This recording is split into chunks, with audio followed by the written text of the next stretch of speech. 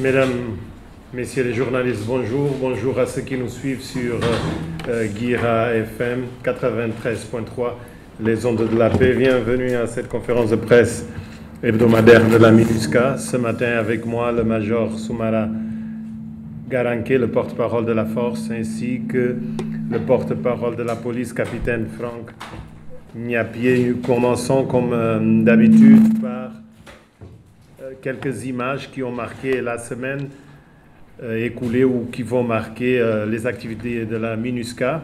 La semaine dernière, vous vous souvenez, on vous parlait des difficultés de transport des recrues FACA de Obo et de Birao. Sur ces images, vous pouvez les voir.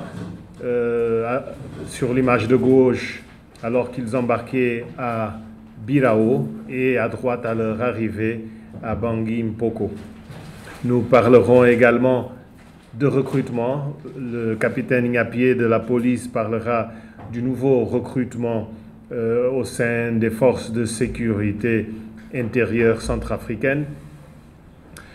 Nous parlerons également des activités DDR, notamment le programme de réduction de violences communautaires qui a été marqué au cours de la semaine par des activités à Bangui, Bangassou et Batangafo. Le porte-parole de la force, le major Garanke, parlera des patrouilles, des statistiques, mais également sur ces images parmi les patrouilles, vous pouvez voir ce militaire en faction à Pawa, mais également des patrouilles sur les axes Bria, Brambiki ainsi que Obo Mboki à l'intérieur du pays dans la partie est. Les travaux des casques bleus également, la poursuite des travaux de drainage par la force sur certains axes, notamment Boar Kagabandoro Batangafo.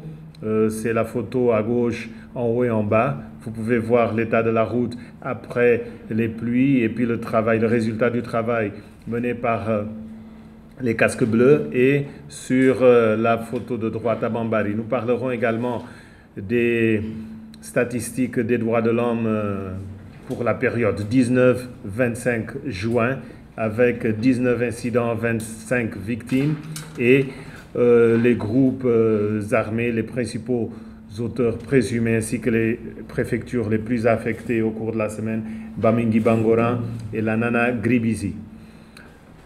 Et pour terminer, quelques activités civilo-militaires, la distribution d'eau dans les arrondissements, ainsi qu'une opération de salubrité également dans la capitale. Le représentant spécial du secrétaire général des Nations Unies en République centrafricaine, Mankeur Ndiaye, accompagne le chef de l'État centrafricain qui, comme vous le savez, effectue ce mercredi une visite à Birao. Pour le chef de la MINUSCA, c'est une occasion également de rencontrer les autorités locales, la population ainsi que le personnel civil et en uniforme déployé dans cette partie du nord-est de la RCA. Les 500 recrues des FACA qui doivent être formées à Bangui sont presque tous au complet dans la capitale, avec l'arrivée des jeunes filles et jeunes garçons d'Obo et de Birao, transportés avec l'appui de la MINUSCA. La date de leur formation au camp Kassaï sera communiquée par l'état-major des FACA. Les 512 autres qui sont à Boar ont commencé leur formation. Au total, 1023 recrues FACA doivent intégrer les forces armées centrafricaines. Et concernant justement ce recrutement, suite à leur non-comparution devant le ministère de la Défense, 6 recrues FACA sont remplacées par les personnes suivantes. Ngartumbana Juliette Natacha, de sexe féminin, habitant au 3e arrondissement de Bangui. Gondia Vi Yemala Nyan Judikael Dit, de sexe féminin, du 6e arrondissement. Yangakola Basangui Jean-Boris, de sexe masculin, du 2e arrondissement. Deolo Junior, sexe masculin, Bambari. Yunga Geoffroy, sexe masculin, Bossangoa. Et Sambale Modeste Janvier, sexe masculin, Kagabandoro, sont priés d'entrer en contact le plus rapidement possible avec le ministère de la Défense concernant justement le recrutement. Je le disais tantôt, les activités du programme de réduction de violences communautaires se poursuivent et ont été marquées cette semaine par les ateliers de formation professionnelle et des sessions de sensibilisation à Bangui, Bangassou et Batangafo. À Bangui, outre les activités de formation professionnelle qui se poursuivent pour 371 bénéficiaires, dont 139 femmes, des sessions de sensibilisation sur des thèmes tels que la cohésion sociale, la citoyenneté et la réconciliation nationale sont organisées au profit des bénéficiaires. À Bangassou, l'équipe DDR de la MINUSCA et UNOPS a organisé une nouvelle session d'activités d'échange et d'apprentissage entre les anciens et les nouveaux bénéficiaires du programme de violence communautaire pour améliorer leurs compétences en gestion des activités génératrices de revenus. Et finalement, à Batangafo, 568 bénéficiaires, dont 203 femmes, ont participé aux formations hebdomadaires axées sur la cohésion sociale, la violence basée sur le genre, le VIH, la communication pacifique et la responsabilisation. En matière de droits de l'homme, les statistiques hebdomadaires pour la période 19-25 juin, la MINUSCA a documenté 19 incidents d'abus et violations des droits de l'homme et du droit international humanitaire. Au moins 25 victimes ont été enregistrées.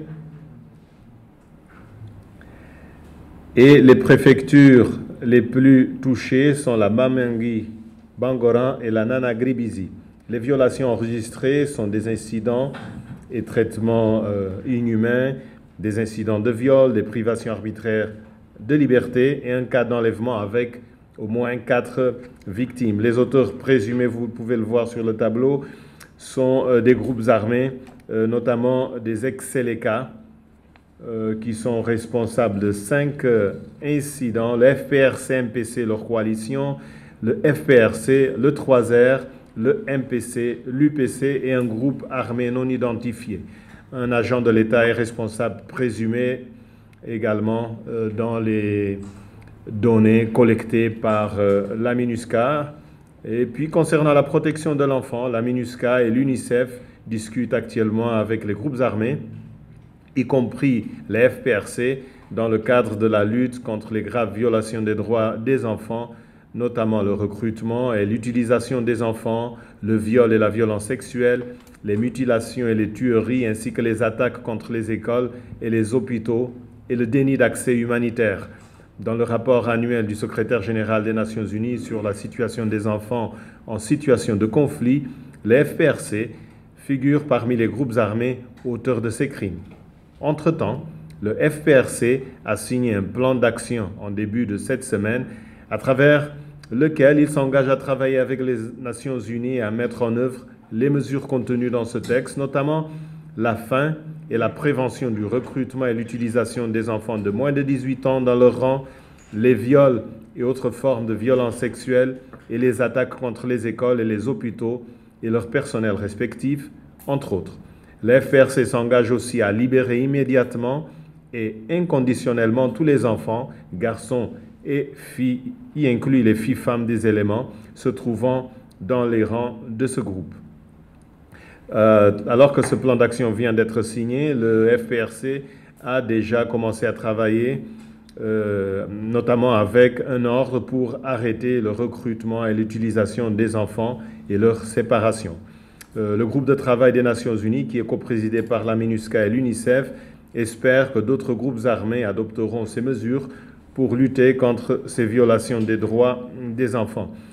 L'accord politique pour la paix et la réconciliation en RCA exige également des groupes armés de s'abstenir de détruire ou d'occuper illégalement les hôpitaux et les écoles, de commettre des actes de violence sexuelle et de mettre fin au recrutement d'enfants, entre autres engagements. C'est ce que j'avais à vous dire. Je me tourne à présent vers le porte-parole de la Force pour son rapport hebdomadaire. Merci, M. Vladimir. Chers journalistes, auditeurs, auditrices, bonjour. La Force continue de redoubler de vigilance malgré une certaine accalmie relative sur l'ensemble du territoire centrafricain. Dans la partie ouest, dans le Ouampandé, l'opération Tango se poursuit. La Force maintient un important dispositifs sécuritaires en étroite collaboration avec les FACA. Ainsi, des patrouilles offensives sont effectuées de jour comme de nuit dans la zone de Bang, Kui, Bokaya, Bohang, Bokaranga et Pawa, pour rassurer la population civile, prévenir tout acte de violence et neutraliser toutes sortes de menaces. 756 patrouilles ont été effectuées dans cette région ouest. Dans le centre, la MINUSCA reste proactive. La force continue d'assurer la protection des civils par des déplacements de patrouilles, déploiement de patrouilles pédestres, motorisées et aériennes, de jour comme de nuit, conjointement avec les FACA sur les axes et les localités de Batangafo, Kagabandoro, Bambari, Ipi, Mobaye et Kwango, visant à assurer la protection des civils. Par ailleurs, le 22 juin 2019, le commandant du secteur centre, le général de brigade Sibuti Anthony, avec une forte délégation, s'est rendu à Alindao pour s'entretenir avec les autorités locales, les représentants des cas de déplacés, la jeunesse et les femmes pour exprimer ses sincères regrets suite à l'incident du 20 juin 2019 et interagir dans le domaine de la sécurité. Par la suite, la délégation a effectué une visite opérationnelle aux deux bases temporaires et au camp des FACA. Un total de 741 patrouilles ont été menées dans le centre afin de protéger la population. Dans la partie est, la situation est stable. Les casques bleus continuent de marquer leur présence de jour comme de nuit en multipliant les patrouilles visant à créer un environnement sain et sécurisé, permettant la libre circulation de la population civile et de leurs biens dans les localités de Bria, Zemio, Rafai et Obo. À Bangassou et Bakuma, les patrouilles conjointes avec les FACA sont régulièrement effectuées. 834 patrouilles ont été conduites pour protéger la population civile. À Bangui, la situation est calme dans son ensemble. La MINUSCA continue de collaborer avec les FACA et les forces de sécurité intérieure de jour comme de nuit à la sécurité de la population civile dans les 2e, 3e, 5e et 8e arrondissements pour faire face à la criminalité et au banditisme. Au total, 527 patrouilles ont été effectuées dans la capitale et ses environs. Dans le cadre de sécurité, la force a mené 2858 patrouilles, dont 1057 nocturnes et 22 escortes sur l'ensemble du territoire national afin de mieux répondre aux défis de la protection des civils. Par ailleurs, les casques bleus progressent dans la réalisation des travaux de réhabilitation. Axe Kagabandoro-Batangafo, où le taux d'exécution est de 33%. Ainsi, les travaux de drainage sur les axes Bria-Ipi-Bambari, 88% de réalisation, Boa-Bossambele, 92% de réalisation, Amadagaza-Gambé-Anou, 28% de réalisation. Ces travaux permettront de renforcer la rapidité de mobilité des casques bleus et le déplacement de la population civile. Au titre des activités civilo-militaires à Bangui, la Joint Task Force Bangui, à travers ses unités, poursuit les opérations de distribution d'eau potable au profit de la population dans tous les arrondissements de la capitale. Toujours à Bangui, le 22 juin, les casques bleus rwandais ont organisé une campagne de salubrité autour de l'école Kina. Je vous remercie de votre attention. Singilami. Merci, Major. Capitaine pour la police. Merci, M. Vladimir. Merci, Major Garanké. Bonjour à tous. Après celui de 2017-2018, le recrutement et la formation des 500 policiers, le recrutement et la formation des 500 policiers et gendarmes, le gouvernement centrafricain vient de lancer officiellement un deuxième recrutement pour l'exercice 2018-2019. Ce recrutement se déroulera en 5 phases. La phase d'étude technique des dossiers de candidature, les épreuves d'admissibilité, c'est-à-dire épreuves écrites et épreuves sportives, les épreuves d'admission, la proclamation des résultats et enfin l'intégration en école pour la formation. Suivant ce communiqué officiel du gouvernement, les dépôts de dossiers de candidature démarreront le 1er juillet et prendront fin le 31 juillet 2019. Des posters, comme vous pouvez le voir ici, des posters sur lesquels on peut trouver toutes les informations relatives aux conditions et à la constitution des dossiers de candidature sont affichés à Bangui et en région, dans les mairies et les bureaux de préfecture. Les dates des autres étapes vous seront communiquées progressivement. Pour ce deuxième processus, les effectifs à recruter ont doublé par rapport au précédent recrutement. D'un effectif de 500 lors du précédent, on passe cette fois à 1000 recrues, soit 500 pour la police et 500 pour la gendarmerie. Mais les principes de base, c'est-à-dire l'intégrité et la représentativité qui ont caractérisé le premier recrutement, ont été reconduits. Il s'agira notamment de recruter des jeunes hommes et femmes représentatifs de la Centrafrique dans toute sa diversité géographique, ethnique et confessionnelle. L'un des défis majeurs de ce recrutement est la participation des femmes. Le précédent recrutement avait enregistré un taux de 23% parmi les admis. Pour ce recrutement, les femmes sont vraiment encouragées à s'inscrire massivement. Les forces de sécurité intérieure ont besoin d'hommes, mais aussi et surtout de femmes, pour former des forces de l'ordre professionnelles, respectueuses des droits de l'homme, responsables et au service de leurs concitoyens.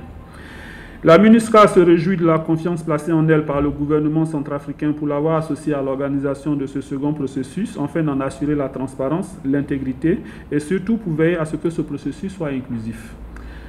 À cet effet, un comité technique mixte composé de la police et de la gendarmerie, de la section RSS de la MINUSCA, de la composante police ainsi que du PNUD et de certains partenaires techniques et financiers a été mis sur pied pour la préparation et l'organisation de l'ensemble de ce processus.